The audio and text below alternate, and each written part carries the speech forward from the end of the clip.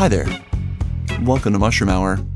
Today on Mushroom Hour, we are joined once again by Tess Brzezinski of Fungi Freights in Michigan. Tess was on the show previously. I can't remember if it was 2021 or 2020, but it's been a couple years and we're excited to learn what she's been up to since then. Tess, thank you so much for coming on the Mushroom Hour. Great to be back. It's wonderful. And I'm looking forward to catching up with you as well. Like you said, it has been a few years. Well, when we were talking before the show, there have been a lot of changes, to say the least, on your end. And I want to remind people they're listening right now on KPCA 103.3 in Petaluma. So we've had some changes too. So thank you for rolling with the punches and getting us set up. But yeah, I guess why don't we just dive in?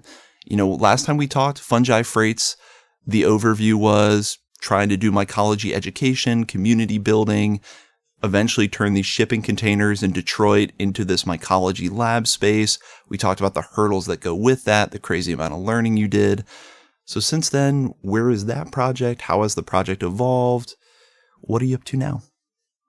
Yeah, so Fungi Freights is doing fabulous. Like many people know, a grassroots startup organization always has, its own hurdles and conflictions and, issues along the way. But we tend to just stride over those and, work with what we have. So the past few years have been such a learning experience, especially with the grassroots movement and building something, in vacant land in Detroit where there's no water and, no electricity hookup, that comes with its own complications. So it's taken some time, but it hasn't stopped us from hosting, workshops, educational events, partnering with other grassroots organizations in the community.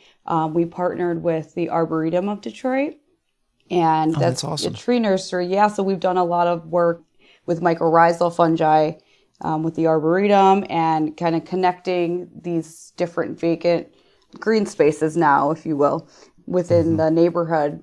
The great thing about vacant spaces within an inner city community is it allows for natural restoration to take over and increase that biodiversity. There's been a really cool initiative of connecting these different green spaces and providing a nice walkway and path for, people of the community to embrace, which is lacking in the city. So that's been really cool. The freight itself is doing great. It's holding up very, very well. We do host workshops and, we teach everything from Mycology 101, Cultivation 101 to more intermediate cultivation courses. But our main goal is to teach the community how to grow mushrooms for themselves for economic opportunity or, just food security itself. So a lot going on, but really, really cool stuff. Definitely a lot going on there. I'm always impressed by people who have that kind of consistency. When you said you were getting into this new project and some of the projects we'll talk about, I wondered if you were able to keep up with that educational component, and everything ebbs and flows.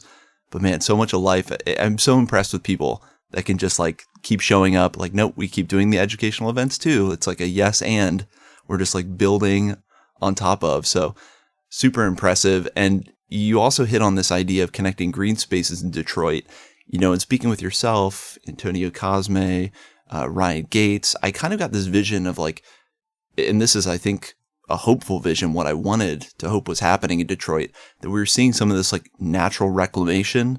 And as the city kind of suffered the impacts of culture and economic forces and everything like that, there's kind of an opportunity for nature to come in.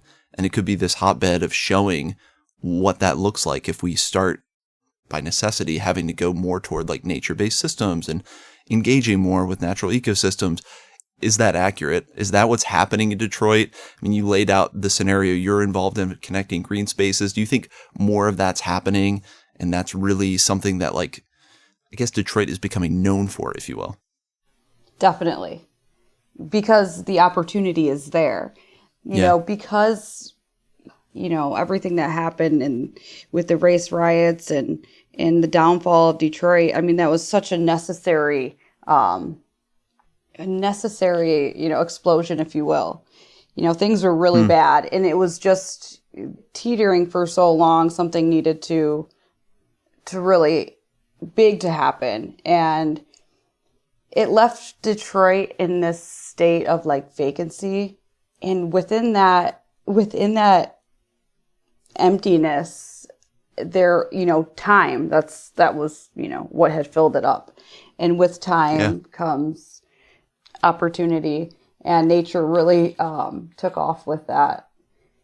And you see such difference in Detroit than any other city, because we have, this harmonious symbiosis with the city and this wild, tenacious nature that has like taken over.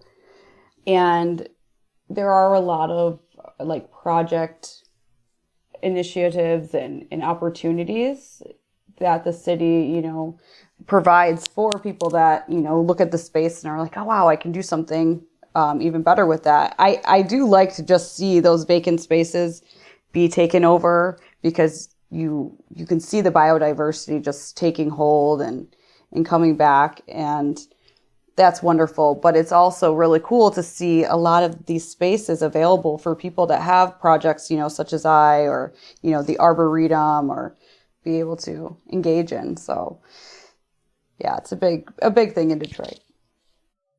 Really exciting. I mean, that was the hopeful vision I've been kind of building up in my head. I'm like, I hope that's what's happening, because that's kind of what it sounds like. So it's really cool to hear about that and hear that you're kind of on the ground floor of that, or participating in that process. I think that's something really exciting. And who knows, that may be like a peek forward a couple decades for every city in the US at some different timeline.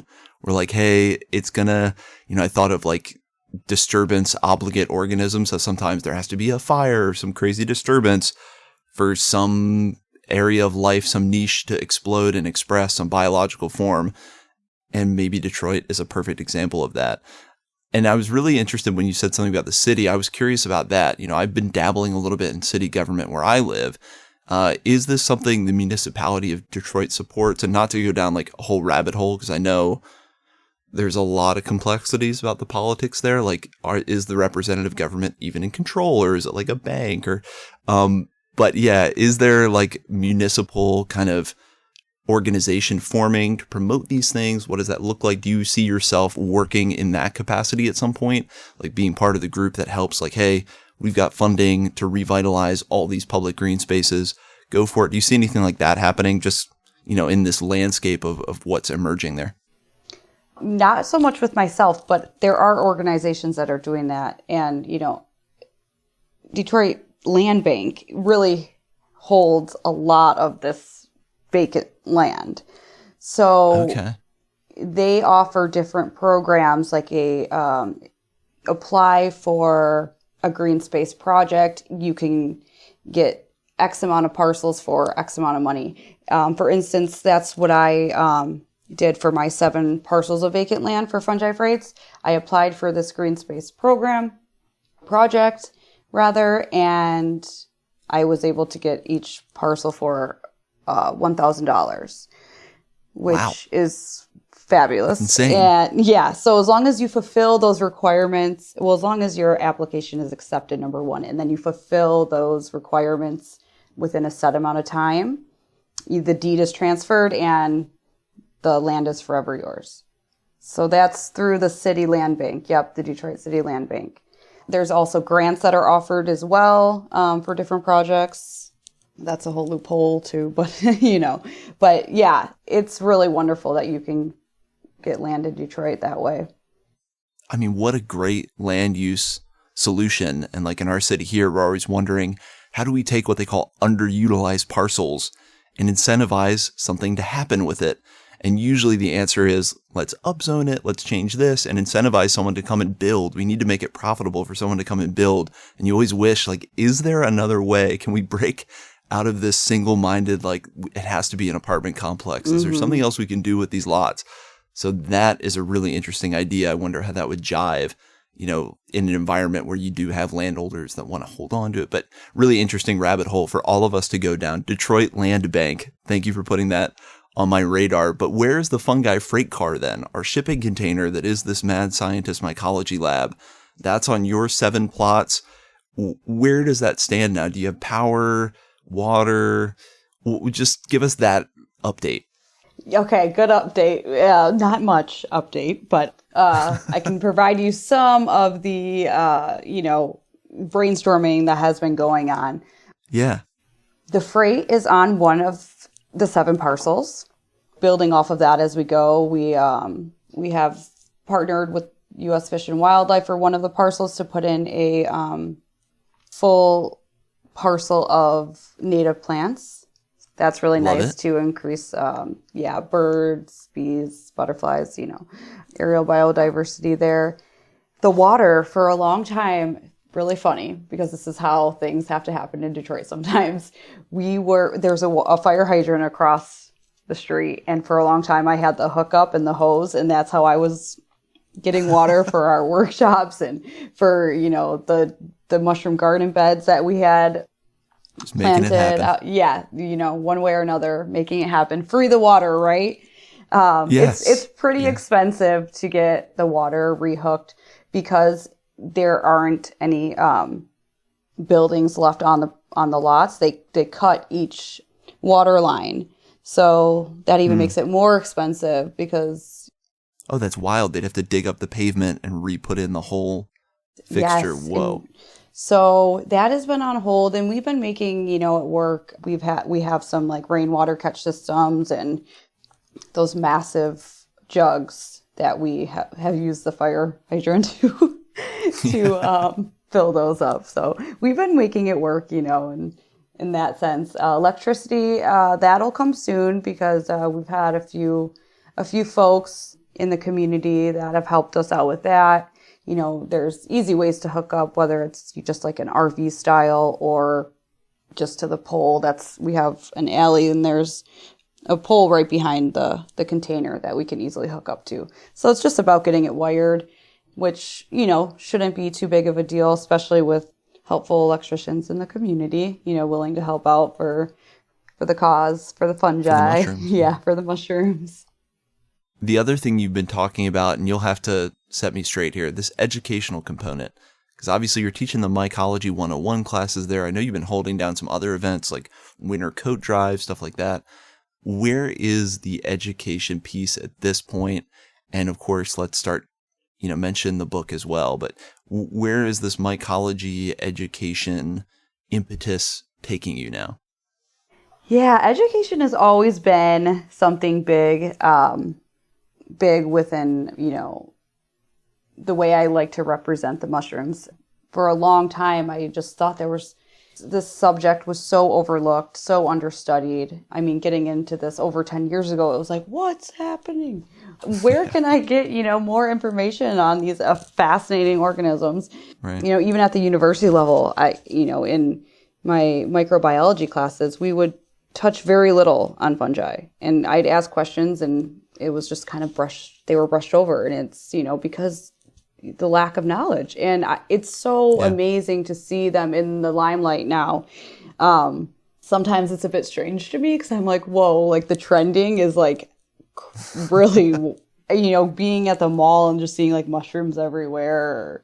It's like, what? And that gives me a strange feeling, but this is good. This is very, very good. This is what we want. This is what we've been wanting for so long, for people to awaken, and really see these amazing organisms. So I've been educating, the community for quite some time, different subjects, speaking at events, festivals, and conferences.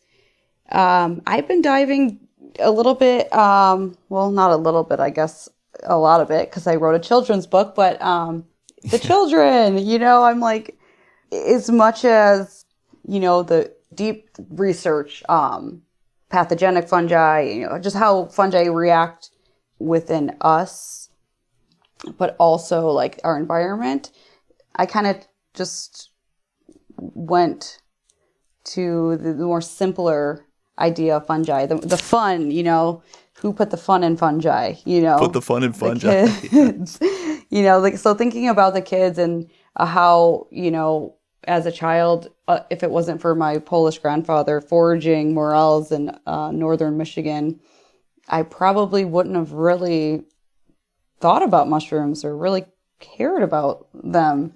We did not learn about them in elementary. Definitely not. I don't remember learning. I do remember learning about mushrooms at all. No. Not at all. It's not a part of the curriculum, academia at all, for children. So got to thinking about that one night, and during the pandemic, I spent a lot of time at my parents' house because, I lived alone in an apartment downtown Detroit. As we did. Yeah. And I'm like, I gotta go home. I gotta hang out with, my folks. Yeah. I have a good relationship with my parents. They're awesome people. My dad is such a goofball and, big child himself. He always kept that perpetual adolescence or innocence, within him, and taught that to us. So he had a whole setup in the basement, for work. And so I'd go down there and, we were all working from home at the time. And he just has this setup, and we have such a similar taste in music, anywhere from the Beatles to the Depeche Mode. It's throw a little Primus on too. Oh, you guys are rocking out. Yeah, so we're rocking out down there, and he's doing his thing. He had these model kits that he was painting at the time. They were called Weirdos, 1960s kits that were these characteristic people doing different things. I don't know. And you assemble them and paint each piece, and you assemble them, and he'd always be adding his own thing. He's an artist. So I'm just watching him do his thing. I'm thinking about mushrooms as always. And I'm like, oh my God, he can illustrate this children's book that I've been conjuring up in my head. And then it's a whole family affair. It's something that I can have forever, with my father, and then, pass that down to Beautiful. my kid, just a cool thing. I was just wow, it all clicked. So thank you, Corona, the pandemic, for that idea. And, it took off from there. I was brainstorming the story for some time. I've always loved the style of Dr. Seuss. I'm a, rhymey kind of person, the way I think. So it's kind of like Dr. Seuss meets Magic School Bus or something. But it all That's my childhood. Right? Were those two media, that was a huge part of it. Totally. And one day I sat down and I completely rewrote the whole story in one sitting. I don't even think it was 10 minutes. It all flowed out of me. It was some divine intervention channeling thing. Totally. It was awesome. And I read it now and I'm like, what the heck? That was me kind of thing. Yeah. So it really came together just like that. And it took a while for us to complete it and get it out there. But it's the start of, many other little stories, I think. So it's just a way for children to really engage with the mushrooms. Thinking back to being a child, you really connect through characters, through cartoons, a big part of my 100%. childhood, the wacky, weird, or lovable thing about a character and connecting with it is really golden. And I'm like, okay, let's have children connect with these characters, and while also learning the importance of fungi. Is this whole idea of mycology education, obviously you referenced the shroom boom, they're everywhere. It was funny you said I feel weird, but this is a good thing. This is what we wanted. I sometimes think that. Someone was telling me that he saw, it was Jacob DeVecchio for Oklahoma Fungi, talked about seeing mushroom gummies at the Dollar Tree, and he was like, yikes. But this is what we wanted. This is what we want. We wanted mushrooms everywhere. It's happening. It's going to take every possible form. And it's not something we can control, but it's great. But a lot of people, when that happened, had similar ideas. And I think all of us have man, I wish I would have learned this a long time ago. I wish I would have learned this as a kid, and I had developed a familiarity, a language around these organisms when I was young, when I could learn more and more and more. And I think a lot of people have gone a route, which I think is awesome too, have developed courses and content in that fashion. But just when you were saying that about the book and the characters, I think of my two nieces. And man, I don't know if they get that stoked about school, but I do know that they love reading their books. I know they love reading their Bernstein Bears. I know they like, so if you can make a medium that hits them on that level, like, yes, the coursework is great and we should have that in schools, but it's also that thing of like getting people excited about it, getting them just naturally interested, characters they grew up with, kind of builds this subconscious interest and love of fungi just through engaging them on that level of kind of play. So yeah, great idea. And again, I'm sure this doesn't impugn anyone else who's done something like this, but when you said that idea, it's the first time I've really heard someone go in on this. It's really cool. And I love this fact that you got your dad in on it. Like, what a cool project to co-create together, even if it didn't release to anyone, just to make that as something for like your family would be the best project. But yeah, the fact that you get to share it with everyone is great. And as we're talking about, this mycology children's book, I want to remind people we're talking to Tess Brzezinski of Fungi Freights out of Detroit, Michigan, just to remind anyone listening on KPCA. So the book, I mean, will it be distributed? Are you guys self-publishing? Maybe you haven't gotten that far, but what does that part of it look like? So yes, we actually ended up self-publishing. Like you said, even if it's just for, a family to pass down to my children, to have this bond with my father be, solidified into something like this. I had 2 offers from publishers in the UK. I ended up not taking them. The contract, they wouldn't budge at all. And really, I didn't want to give away the rights for them to change it. Within the contract, they were able to change it any way they wanted. And this is divine channeled from somewhere. Right. You cannot change this. Yeah, come on. So I ended up self-publishing because the book is that's what it's about. Just, having fun. Like you said, play. Yeah. For children to engage, with this book and, just have that spontaneous expression that can connect them to nature.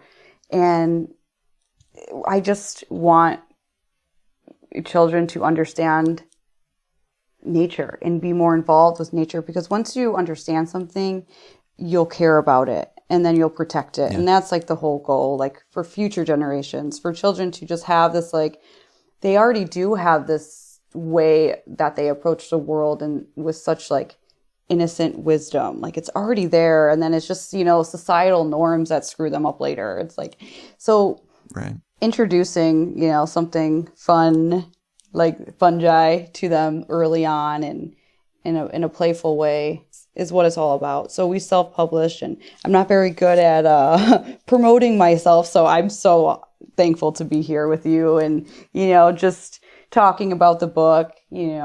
Hopefully some listeners will either have children or children that they know that would be interested in learning more about mushrooms. It's a good one. So we did print through Lulu Press. That is the online bookstore that we're going with right now, and it's a hardcover. We will provide a soft cover on Amazon pretty soon. That's another thing we got to get to. Just having a 4-month-old, it's not hard to take care of a baby, but it's hard to do other things while taking care of a baby. So we'll get to that soon, and play around with different printers. That's a whole other thing. With self-publishing, it's like, where do I print? Well, and that's what I was going to ask, is what kind of learning experience that's been, because I've spoken with people that have written mushroom guides and printed books, and I'm always impressed by that process. I said earlier about consistency. I'm always impressed with people that can follow it through and then march through all the steps to actually take like a PDF you made into a book and actually print it. Now, I don't know, maybe your dad had some experience in that world, maybe not, but what's that been like to learn? And I guess if you had advice for people self-publishing, if there's like a reference work, or who knows, maybe like a YouTube video that that kind of showed you the way, what's your advice there for anyone on that journey, or just tell us about that journey for you? Yeah, it was a lot of Googling, like best printing, Okay, there you go. how to self-publish first, and then it's like where to print self-publishing books. It was a lot of like just self-research, and it was getting overwhelming. And it came to a point where I just wanted it to be, done and like out there and just like see the book and like distribute it. The title is The Very Merry Mushrooms. So like I had a goal that I was like, I wanted it to be out by Christmas.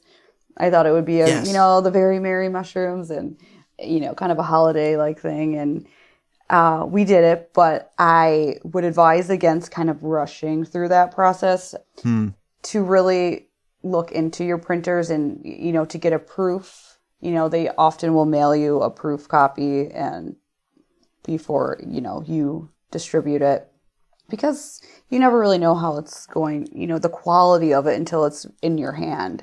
Yeah. And it's a wonderful book. It came out really nice, but I could have done better with searching for printers. So I'll do that with time, but You're doing a great job. We're always learning, but that's some good Right. advice for people that are starting out. For anyone who wants to learn more, is that at the fungifreights.com, or what's the best place for people to learn more about the book? the book is on lulu.com. So that's the online bookstore. perfect. So yeah, if you want to learn more about the Very Merry Mushrooms, yeah, check it out on Lulu. The Very Merry Mushroom. I love that name. And whenever someone's written a book, I hate to ask what's next, doubly so for someone who's also kind of a new mother. But what's on your radar for the future? Is it just kind of keeping things going with Fungi Freights, keeping all these plates spinning? Is there something you have your eye on for like, man, I would really love to do one of these this year? Anything like that on your horizon? Yeah, we have quite a few things. Always, just grabbing hold of any mushroom fungi opportunities that present themselves. So I did partner with some folks out of Ann Arbor, and we started a company called Novel Integrated Health. So that's based around psilocybin for mental health, and I work with a few different emotional therapists, and we have a legal advisor as well on the team to help like kind of pass those laws. So this is getting into like the whole psilocybin world, which is something that has been, close to my heart for over 15 years. The first time I dabbled, with psilocybin containing mushrooms. So things are unfolding really well with that. We brought Alan Rockefeller on board as an advisory team member. So it's been really cool, working closely with him as a colleague and getting involved with some really cool research as a new mother and a breastfeeding mother, and being in the world of mushrooms for so long. I get questions all the time about, microdosing psilocybin while breastfeeding, and I can't really answer much. It's not something that's studied. It's not an ethical study. Right. But through research that I'm going to perform after I'm complete, with breastfeeding, Lyra, I'm going to just continue pumping and start microdosing. And that way we can research the degradation of psilocybin in breast milk. So we'll do HPLC, high performance liquid chromatography, to study that. And that will be really cool to have some concrete data for mothers that are interested in microdosing psilocybin for postpartum. It's a big question out there. And, some folks are just okay with just going ahead and doing that. But I think having solidified data and research to back up the idea of that would make, a lot of people feel more at ease. You can never go wrong with collecting data and asking these questions and trying to find a way to bear things out with data. And it's so interesting you bring that up, because I was thinking, knowing Tess as a mother, knowing she's, done psilocybin advocacy, that's one group I know. Whether I actually hadn't thought of postpartum depression treatment with microdosing, but so obvious. But also there've been a lot of news articles coming out about mothers of even like toddlers up to, single digit ages, that it helps them play, and microdosing like helps them engage with their kids and be more playful. And so actually moms in like the new era are one group who really has, I think, kind of an anecdotal, if you will, but a therapeutic use of microdosing psilocybin to kind of better engage with their children or treat, the things, the potential emotional and mental stresses that come along with motherhood.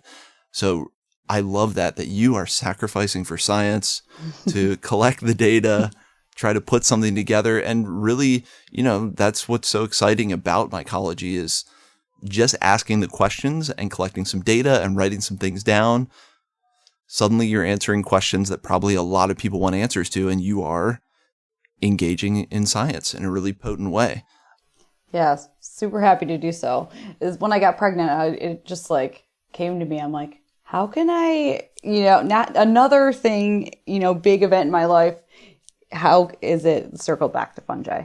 And it's, this is it for right now.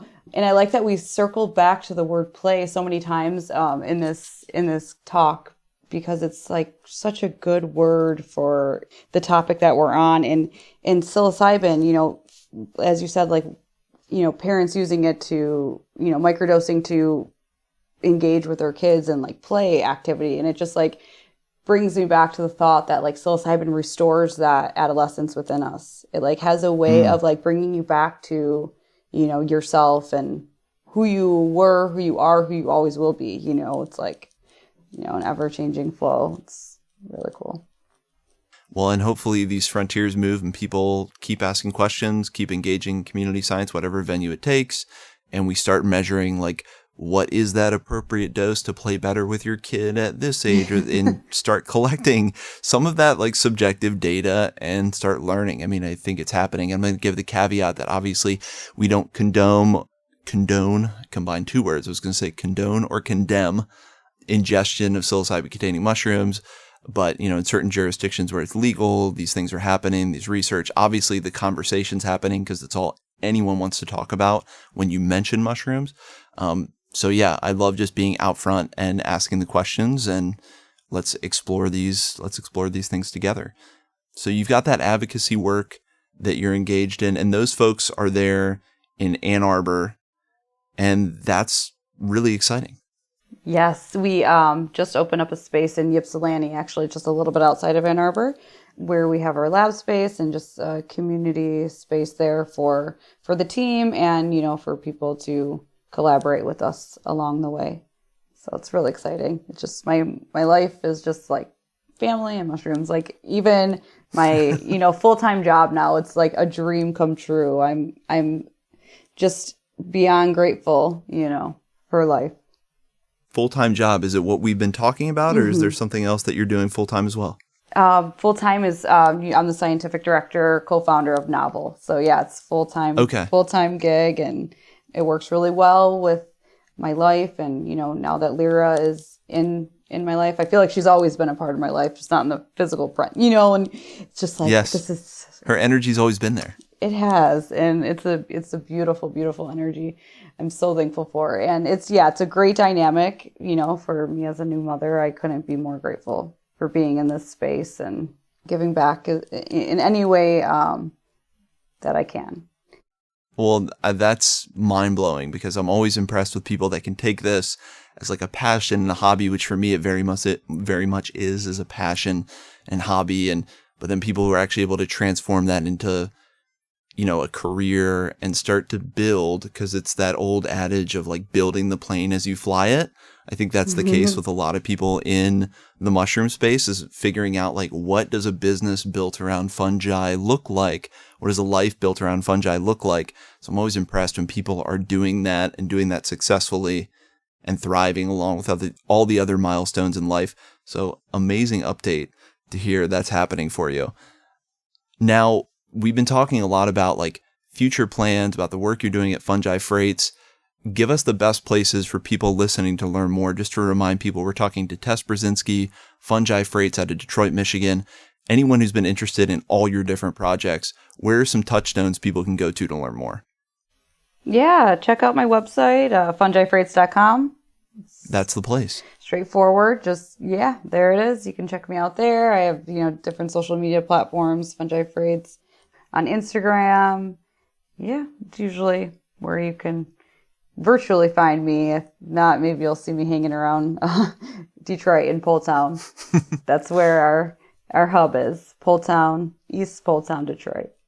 That's awesome. And as we're talking about this, I'm talking about like emerging and everything's new. And that's been an underlying theme of this show and everyone we talk to is how many frontiers mycology is pushing in every direction. We talked about some projects you're interested in, but is there anything recently you've come across? And I always think of like frontiers, even of mycology, like some exciting new metabolite or process or fungal species, a news article. We all see the news articles about mushrooms growing on a frog or mushrooms eating plastic or, has there been anything recently that's caught your interest like that you're getting excited about, that you want to explore, just something really noteworthy you want to talk about that you've seen? Ooh, loaded question. There's always, something that piques my interest when it comes to fungi. We have a couple, my husband, he's like a man of all trades. He's ex-pilot. He's like super dynamic guy. Wow. And like, he's been working on some really cool things that I think we could save for next episode, perhaps. Ooh, okay. But, a teaser. Yeah, a little teaser. We'll have, something really cool, I think, near future that I think we'll save for now to talk about. But another little thing that I had been thinking of that coincides with, children and, piquing their interest is the paper digester, just like the common oyster mushroom that's saprophytic that grows on, dead organic matter, does really well at, eating paper and cardboard, and with so much I have never experienced so much cardboard in my life with so much. There's we order so much stuff on everyone's ordering online nowadays, it's very convenient. And cardboard's not, too detrimental really to ecosystem terribly, but a great way to break that down quickly and naturally is, through using mushrooms. So I thought of an interesting thing to maybe introduce into schools is this cool, intricate paper digester that kids can throw their old homework in, and it's it's not only, a really cool thing, environmentally, but it's another learning mechanism for children to see the degradation, the breakdown, and how cool mushrooms are in that sense. And then they can see the fruiting, the cool, it can be a fruiting chamber as well. So trying to develop a really cool paper digester that can be adopted into classrooms. I love that idea. Would you need to pasteurize the paper or sterilize or somehow make that a better substrate? Or do you think the oyster is strong enough to just... Well, definitely, yeah, getting that paper kind of moist and heated initially, but after, the mushroom gets, a hold and is developed its good immune system, you can just kind of add to it as you go. So yeah, that's a good point though of having them wet the paper before. Maybe there could be a cool little water dip portion, and it could get messy and it could go wrong and it could scare a lot of children, but hey, that's all a part of it. We need to try it. For science, we need to try this and find out. Yes. We need to have kids want their own pet oyster mycelium to take care of. Yes. And then you could literally be like, my pet ate my homework. Yes. Well, that's a really cool idea. And it made me think of, with your education classes there in the freight container, maybe take us on a day, an afternoon at Fungi Freights. What's the Mycology 101 little workshop or take-home activity you give to people? So anybody listening in, maybe you get a little piece of mycology to try at home. But what is that for Fungi Freights? Is there a cardboard oyster mushroom thing, or what's that for you guys? That take-home little piece of mycology people might be able to try. Yeah, we do a lot of, with our 101 cultivation courses, we do introduce our class to oyster mushrooms. It's a really hardy, easy to grow mushroom to start with. It's a good competitor to, other competitive fungi and bacteria. So it's a really good one to start with. And you can use a low tech, cultivation, just pasteurizing. So we do teach the oyster, and we do the bucket cultivation usually, because then people can bring recycled Tupperware. I always tell them old yogurt or cottage cheese tub, and we teach a mini bucket cultivation workshop so people can actually take their own little kit home. So we just do like a mixture of pasteurized straw, coffee waste, cardboard, wood pellets. And that's also a substrate that people have access to at home. Like their spent coffee grounds, you know, their cardboard, even their like old mail, you know, as long as it's not like, you know, saturated with ink or something.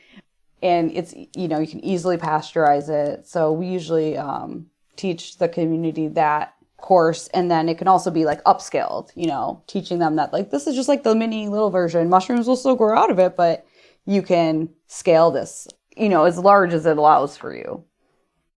Yeah, that's the beautiful workshop that anyone can do at home. Thank you for giving us the ingredients and the know-how to give that a shot. And just to circle back on the advocacy, you remind me, is there a website where people can learn more about novel? And yeah, I'm thinking if people want to replicate or try to like build off, you know, I think of everything as models. What you're doing with Fungi Freights, what you're doing with novel, these are kind of like models that I hope people will take and run with in their own area, so we don't have giant monocultures of what fungi advocacy and education looks like, but people can take ideas and make it their own. But where's a place where people can learn more about novel? We have a website up, and that is novel-health.com. Okay, novel-health.com. And I know we left it as a teaser, but tell us a little bit, is your husband as much of a fungi maniac as you are? 100%, like 110%. He has definitely got infected. He's taken it like even above and beyond where I am in some senses. And yeah, he's totally infected with the mushroom. And it's a beautiful to see because it's like a whole family, you know, a family dynamic now. He's a chemistry buff, so he like taught me a lot of the chemistry side of it. You know, I was working on extractions for a long time, and you know, he would teach me the whole setup and had the equipment. So we were just doing like basement kind of mycology chemistry for a minute there and playing around with stuff. And it, you know, just doing things like that together has really not only bonded us, but has like took us further, you know, because we like really get into it, and it's like really cool to like pick each other's brains, you know, on that subject. We get heavy into it. It's really cool. Always beautiful to be able to create with your partner, especially create life, which I think you guys are doing at like every level right now. But yeah, what a bonding, intimate thing. And yeah, of course, my project wouldn't be possible without my wife. So I was hoping that was the answer, was like, yes, he's as obsessed as you are. So I'm excited to hear more about that in the future. But I know you guys also moved. You're living somewhere new. I think you said you're kind of out in the woods. Tell us a little bit about the foraging situation, if there is one. Totally. So yeah, we moved west of Detroit. So we're like about 25 minutes outside of the city now, which I do miss, you know, being right, you know, in the heart of Detroit. But it's nice, you know, now especially that we're started our family, that we have this 100-year-old home. It's actually 100 years next year, so we're gonna throw out a birthday party. But happy birthday! Yeah, really cool old house, and it's on the river. We have the river running through our yard, so and surrounded by forest. It was immediately home to us. Like I knew this was our home as soon as we came here. It was almost like the house was like calling. Like it needed us as much as we needed it, because like we can really enjoy the house finds you. Yeah, it's serious. It's really, really wild. To all the houses that I thought we like wanted, like that we were like so upset that we, you know, didn't get, and the process was just like, oh, so daunting. It was like, no wonder, you know, just being patient is, you know, really, really important. Yeah. So we have so much diversity just right here in our backyard, you know, with the river being here, with the surrounding woods. I found, you know, I have iNaturalist, and it's really fun to like document just the fungi that's on our property, you know, and in the surrounding forest around us. Alan, he came and stayed with us last year. I was pregnant at the time, and it was like, oh my gosh, you know, foraging with Alan is just like a whole thing, because, you know, he's really, really, really into it. And it is awesome, and it is so much fun. But I was getting tired. But it was so cool because we found so much on this property. So I am really, really excited for when Lyra gets older. You know, we just have so much to do right here in our home, and just creating this space for her and for us together to just engage in nature and really teach her, you know, to engage harmoniously and symbiotically with nature, you know, from the beginning. Well, and what a beautiful invitation. Now, not all of us are going to live in the like idyllic cottage on the river in this beautiful forest, but I think wherever we are, we can really tap into those local ecosystems. And I know that's kind of the tip a lot of people have been on recently. Is like, I might not need to drive 8 hours to where everyone goes in my state to go mushroom hunting. Like, maybe I can just document the 5 square miles around where I live, kind of like expand from there and truly start participating in documenting biodiversity. You know, I'm trying to encourage myself to do that. I know for some of us who don't get out as much, you know, there's kind of always this urge to go to the chanterelle patch you always know about. But I think there's so much value into just, let's explore our backyard. Let's explore the nature around our house. Maybe it's a park near you, and start documenting that. It's so simple and something I wish I did more of. So thank you for that invitation to appreciate the organisms right here. Citizen science, it's where it's at. And absolutely, like, I'm really glad you brought that up, because just going, you know, any mushrooms are everywhere. If you look, like, you'd be so surprised at, you know, your front lawn. And yeah, right. iNaturalist is a great way to just like document.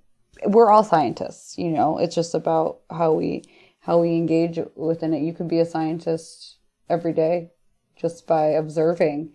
And iNaturalist is a great way to get people involved and documenting and enhancing our knowledge. You know, knowledge it's only real when we pass it down and when we, you know, share it. So, ooh, yeah, I like it. Yes, I love that. Let's use the tools at our fingertips. And what a great activity to do for anybody listening who does have kids. What a great activity to do with your kids, to get them outside, teach them. I mean, it's funny. I'm like thinking of Tomas Garrett echoing my head, different people, just to teach that discipline of like, can you tag a photograph and enter something? You know, what if you give your kids the challenge of like, okay, every day you need to add one thing to our iNaturalist, or who knows what that looks like, but there's so many cool things I like that can grow out of that. Yes, because technology is such a big part of everyday life, but you know, children are growing up with technology now, and that's a really cool idea to get them in tune with an app like iNaturalist. Maybe there could even be like a kids app for doing that. Maybe there already is one. So yeah, let's look into that. Maybe that'll be the next project for Tess, is to not only make kids' books promoting fungi, but kid apps and games, and it's going to be the empire of Tess and her family, making fungi education and culture for children. I love this future, and I think it is important, you know, as kids inevitably need to interface with technology, maybe we can help balance that by like, yes, you have technology, use that to understand your natural world and make sure you're getting kind of an equal dose of both. So yeah, I love that idea. And we've talking a lot about inspirations and next steps, but I'm curious if there's like a book you've been reading recently, another piece of media that's been inspiring you. I used to do these really formal end questions for everyone, but now I just want to be kind of curious on a very organic level. Yeah, great book you've been reading, podcast you've been listening to, something like that that's been inspiring you recently. Ooh, I actually just got Ergot Alkaloids by Albert Hoffman. They just released the English version. So ooh, that is, I've just like started it. I've just gotten into the foreword. There's a beautiful foreword by Amanda Fleming and an afterword by William Leonard Pickard, who I've been able to chat with actually recently. And it's been such an honor. He's such a heartwarming, amazing person. So yeah, I would recommend folks to check out Ergot Alkaloids if they want to learn more about Albert Hoffman's work. Going to the primary source, I mean, in every sense, not only the person who wrote it, but that title is like so fundamental. Here's what we're talking about. Ergot Alkaloids. Really, really cool. Really, really cool book reference. And then mushroom of the moment for you. We just talked about foraging, the biodiversity at your doorstep, but maybe a mushroom that stands out right now. And I know it's winter, so we aren't looking at the same diversity, but a mushroom of the moment, or just a mushroom you think is worth mentioning that we should all appreciate. Oh, how do I pick one? Right. I might need to change that to like, maybe it's an order or a family Well, one that's, I guess, in my life daily right now is lion's mane. I've been incorporating it within my coffee every day. I've been feeling a bit foggy, postpartum. It's starting to kind of weigh on me, just the new mom life, and lion's mane has been my go-to. So I guess that's one that I'm feeling grateful for right now at this, in this time of my life. And I think you just gave us the better question that I will ask from now on. Can you name a mushroom you are grateful for? I love that. Well, Tess, thank you for taking time out with the family and all the millions of projects you got going on to come on the Mushroom Hour. Just reminding people listening on KPCA in Petaluma, we're talking to Tess Brzezinski, Fungi Freights out of Detroit, Michigan. To learn more about all of her amazing work, go to fungifreights.com. Tess, thank you so much for joining us on the Mushroom Hour. Thank you, Darren. It's been awesome.